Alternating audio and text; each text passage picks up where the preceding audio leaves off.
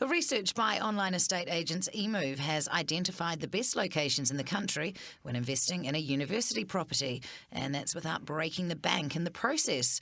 Well, to find out more, I'm joined now by Russell Quirk, the CEO of eMoov. Firstly, Russell, how have you worked this out? We thought we'd put a bit of an interesting take on this. So what we've looked at is not the best universities per se, but we've actually looked at universities in terms of their average UCAS entry point versus affordable properties. So to look at the would-be sort of parent property investor that might be thinking about buying something for their offspring to live in whilst they're in university, and actually looking at what's affordable, but obviously also therefore based on a university of some repute. So it's worked out basically as a blend of those two indexes. So what are some of the best areas? Well, the best area is Durham, so very, very good university. So that has a UCAS entry point of 524.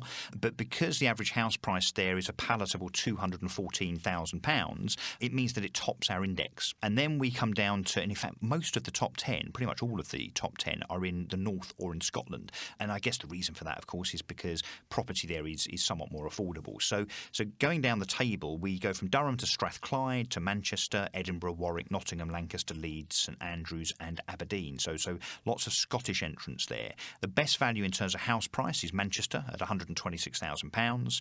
So we think it's an informative and different way of making people aware of getting better value, I suppose, out of their university residence. So is this something that you're seeing more of, or that's happening more often, parents actually buying property in the areas that their children are heading off to university? Yeah, definitely. I mean, the property, particularly now that you've had Pension Freedom Day, for instance, where people can unlock money from their pensions and they can use that money as they will. So we're finding a lot of people are buy-to-let investing, and actually, despite what happened in the last budget, where obviously the tax relief on mortgages on those properties was curtailed somewhat by the Chancellor. But yes, no, we're finding that there's an awful lot of interest from people that want to invest in property for the future and want to combine it so that actually they've got somewhere for their child to live in university years. So yes, yeah, very, very much so. I guess for people perhaps whose children aren't going to university or don't have children or are not fussed at all about where their kids are going to university, just as a standalone investment, say it was me, to invest in property in a university town, is that something that you advise? Indeed, and so would still be recommended because, of course, there's going to be demand. So, particularly there's a university that you can highlight that's, expanded perhaps, or all of a sudden has done particularly well, perhaps better than it has done previously, where there'll be more demand. And so I think the savvy property investor, rather than just looking at a property whereby it's close to a rail station and so on, actually looking at university towns is a very, very clever thing to do in terms of, as you say, regardless of whether you actually have offspring there yourself, actually having an investment in an area where there's bound to be that guaranteed demand is quite a canny thing to do.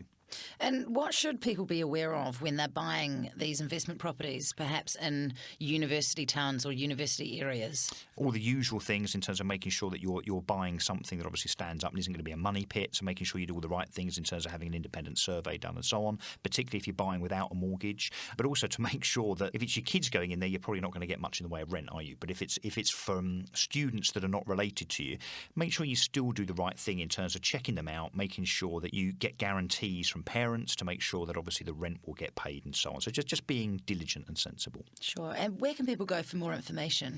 Come to our website. So this particular article is on there, eMoov.co.uk/news, and eMoov is spelled EMOOV. Excellent. Russell Quirk from eMoov, thank you very much for joining us.